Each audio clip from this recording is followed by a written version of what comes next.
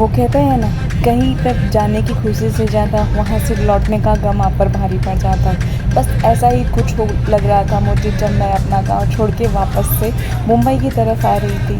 बहुत ख़राब लग रहा था, बहुत ही मायूस लग रहा था, पर क्या, this is part of life, चलते रहती है ज़िंदगी। हेलो नमस्ते, कैसे आप सब लोग। Welcome to Pratul blogs. तो अब हम यहाँ से निकल चुके थे गांव से अपने घर मुंबई जाने से पहले हमारे रास्ते में पड़ रही थी मैहर माता। तो हमारा ऑलरेडी प्लान था कि हम दर्शन करके ही आगे जाएंगे। तो चलिए मैं आपको दिखाती हूँ आगे क्लिप में कि हमने वहाँ पे दर्शन किए और हम कहाँ पे रुके थे। ये यहाँ का पार्किंग एरिया है जहाँ पे आप अपनी खुद की व्हीकल से आ रहे हैं तो गाड़ी पार्क कर सकते हैं। और ये रहा बाहर से निवास का व्यू। तो इनका वन डे का जो चार्जेस है वो कुछ 500 का है, 500 है। और खाली आप सामान अपना करके भी निकल सकते हैं। आपको एक लॉकर दिया जाता है, वहाँ पे आप अपना सामान रख सकते हैं। बट हमने रूम लिया था कि हमें प्रॉपर ही करना था, तो हमने रूम। तो ये है वो रूम, मतलब इतना कोई लैविश नहीं है बट ठीक है, यात्रियों के अनुसार अब ऐसा ही है। तो ये इतना, यहाँ पे आके आप स्नान वगैरह कर सकते हैं। अगर आप एक दिन पहले आते हैं तो रेस्ट वगैरह भी कर सकते हैं। अगर आपको सेम डे पे निकलना है तो भी आप निकल सकते हैं। और ये यहाँ का मतलब आसपास का पूरा यात्रियों को जाकर रहने का स्थान है, उसकी जगह है। और यहाँ पे बनी लॉक कर रहे हैं। दोपहर को पहला कितने बजे हुआ? कितने बजे होता है पहला? वही 5 बजे खुलता है, तभी होता है। ठीक है, पहली आरती 5 बजे ओपन होता है, 5 बजे मंदिर, तभी पहली आरती हो जाती है। अब सेकेंड आरती दोपहर को।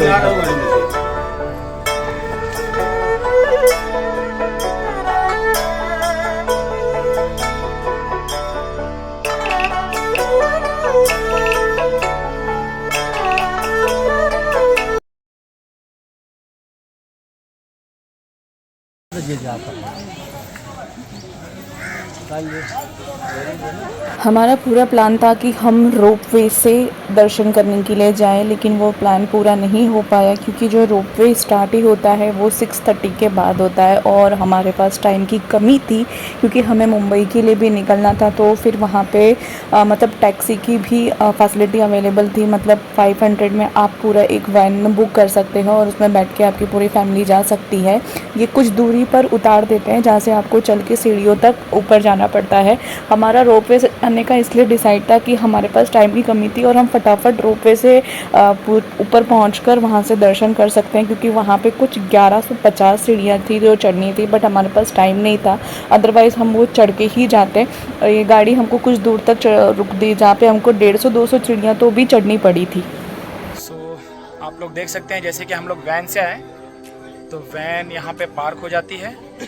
एंड उसके बाद आपको यहाँ से ये जो द्वार है, यहाँ से होते हुए यहाँ से लगभग कुछ 150 सीढ़ियाँ और हैं। तो ये सीढ़ियाँ चढ़ के आपको माता के दर्शन प्राप्त होंगे।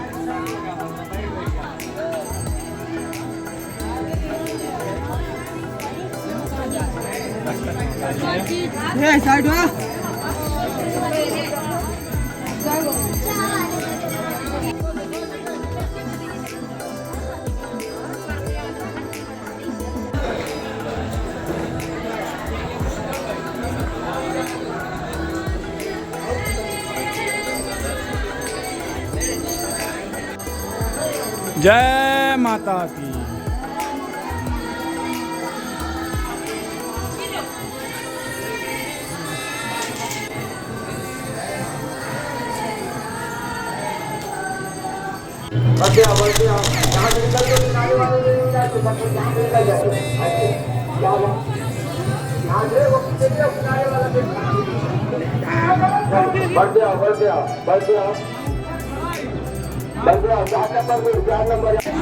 जय माता दी, जय माता दी, जय माता दी, जय माता दी।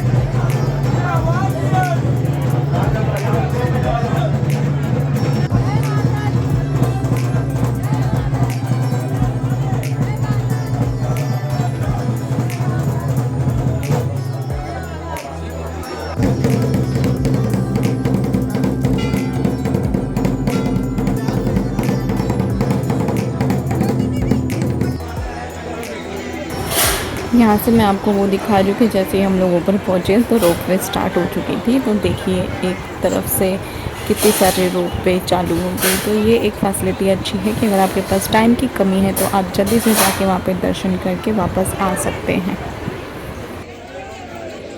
मंदिर की चढ़ाई करते समय ही आपको बगल में आपको काल भैरव जी का मंदिर मिलता है जहाँ पे आप दर्शन कर सकते हैं।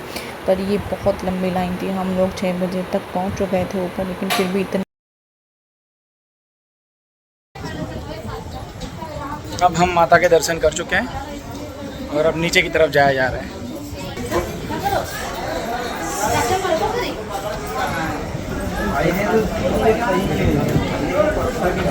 ये हमारे ब्लॉगर अभी तो ऐसे बिहेव कर रहे थे जैसे ही मानो कि 150 सीढ़ियाँ वो खुद ही चढ़ के ऊपर गए हों। कह रहे थे कि नहीं मुझे नीचे नहीं उतरना, मुझे गोदी में ही रहना है। फिर भी हमने नीचे उतार दिया था, तो भी मस्ती करने लगा कि नहीं गोदी में ले लो। अब यहाँ से दर्शन करके हम लोग लगभग 9 बजे तक वहाँ से निकल चुके थे मुंबई की तरफ। और क्योंकि घर भी जल्दी पहुँचना था, ऑलरेडी एक रात हम लोग ड्राइव कर चुके थे, तो दूसरा रात भी ड्राइव करना था। तो हम लोगों था कि जल्दी जल्दी निकल जाया जाए। और फिर रास्ते में रुक के हमने नाश्ता वास्ता किया। चलो पीछे आ जाओ। कहाँ पे रुके अपन? Jabalpur, near Jabalpur, almost Jabalpur cross हो गया।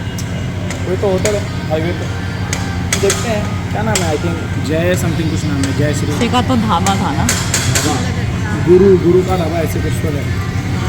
ओए आदि नो, क्या नाम है इसका होटल का अपना? गुरु की रसोई। गुरु की रसोई। अच्छा है। चाय तो अभी टेस्ट किया हमने, चाय बहुत टेस्टी है, चाय टेस्टी है।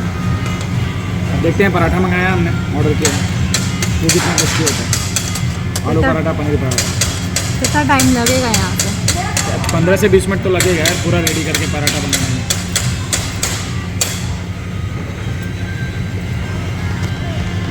और बहुत गर्मी, बहुत सही डिसीजन था कि स्टार्टिंग में हम लोगों ने हमारा जो प्रोग्राम था वो कर लिया और फिर उसके बाद वहाँ से निकल गए, क्योंकि अब गर्मी जो है वो फील होने लगी थी। जिस टाइम पे हम गए थे वहाँ पे, तो उस टाइम पे ऐसा था कि हाँ नॉर्मल है सब चीज़, और आंधी तूफान और थोड़ी सी बारिश होने की वजह से इतना ठंडा मौसम हो रहा था, जो हमारे जो फंक्शंस थे वो बहुत अच्छे से निकल गए।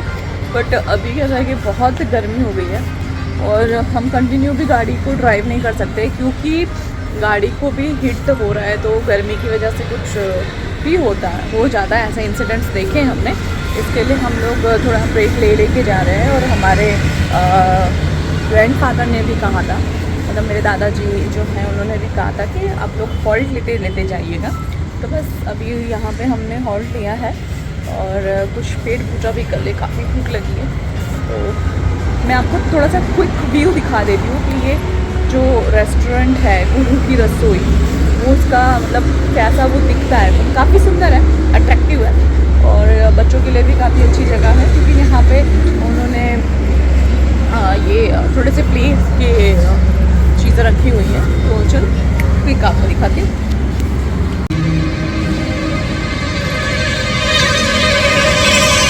ये हाईवे है, हाईवे से ही लग के है ये गुरु की रसोई। तो आप ये देख सकते हैं यहाँ पे लिखा हुआ हाईवे टी पॉइंट्स। एंड ये पूरी जगह पे काफ़ी लंबे जगह पे ये जगह पे बनाई हुई है गुरु की रसोई, डीडी दा ढाबा, गुरु की रसोई डीडी दा ढाबा। और मैं जो कह रही थी बच्चों के लिए प्ले एरिया, तो ये देखिए बच्चों के लिए प्ले एरिया है। अगर शाम की इवनिंग को आप आ रहे हैं तो आपको ज़्यादा ही अच्छी चीज़ें देखने को मिलेगी। और यहाँ पे भी शायद सामने भी इन्हीं का कुछ होटल बन रहा है, सो भी वो अंडर कंस्ट्रक्शन है ऐसा उन्होंने बताया। और यहाँ पे आपकी गाड़ी पार्किंग की भी फैसिलिटी है, तो गाड़ी भी पार्क करने का टेंशन नहीं। जैसे मैंने गर्मी काफ़ी है तो हमने हमारी गाड़ी यहाँ पे पार्क करी हुई है। और यहाँ पे देखो प्ले एरिया है।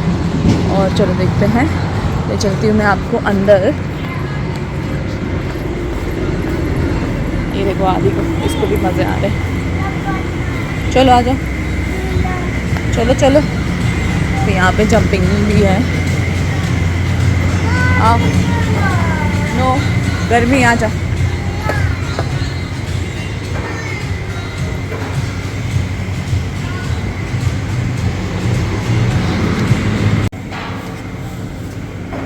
आलू भी डाल दो।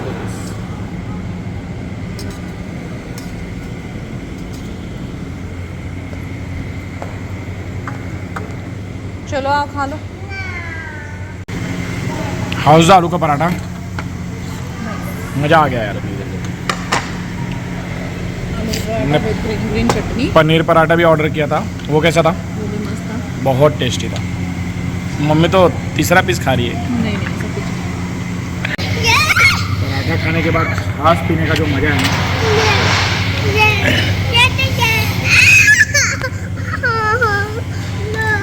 उधर ख़त्म भी हो गया। अच्छा है?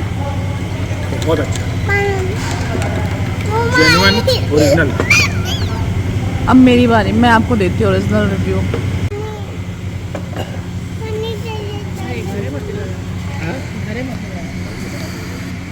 कैसा है छाछ? एकदम घर जैसा। और पराठा खाने के बाद छाछ तो बनता है,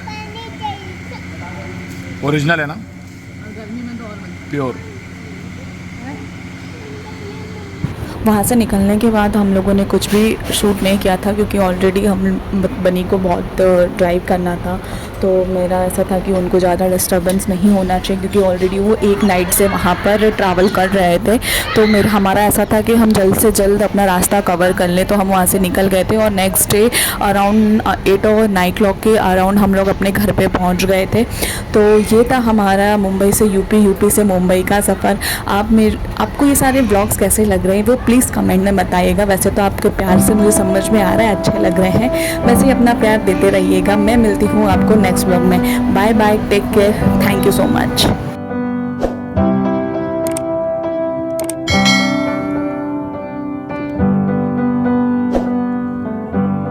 I wish that I could cough out my emotions.